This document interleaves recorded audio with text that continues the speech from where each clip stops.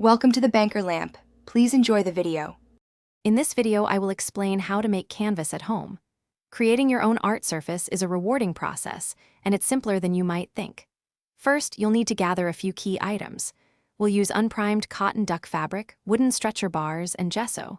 You'll also want a staple gun, sharp scissors, a measuring tape, and a wide brush.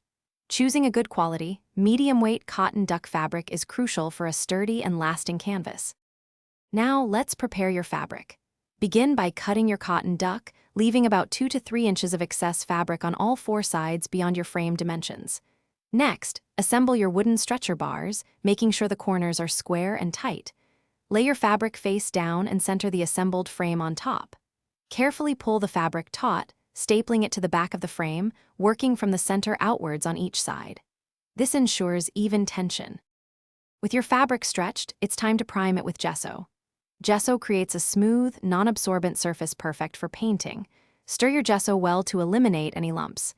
Using a wide brush, apply a thin, even layer across the entire canvas. Let this first layer dry completely, which usually takes about 20 to 30 minutes.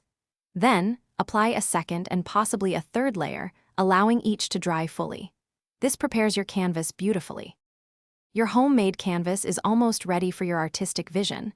Once the final gesso layer is completely dry, inspect the surface. If you find any rough spots, you can lightly sand them with a fine grit sandpaper, like 220 grit, for an even smoother finish. Wipe away any dust.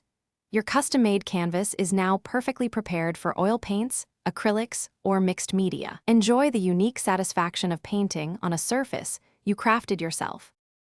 Thanks for watching. If this was helpful, leave a like and consider subscribing. See you next time.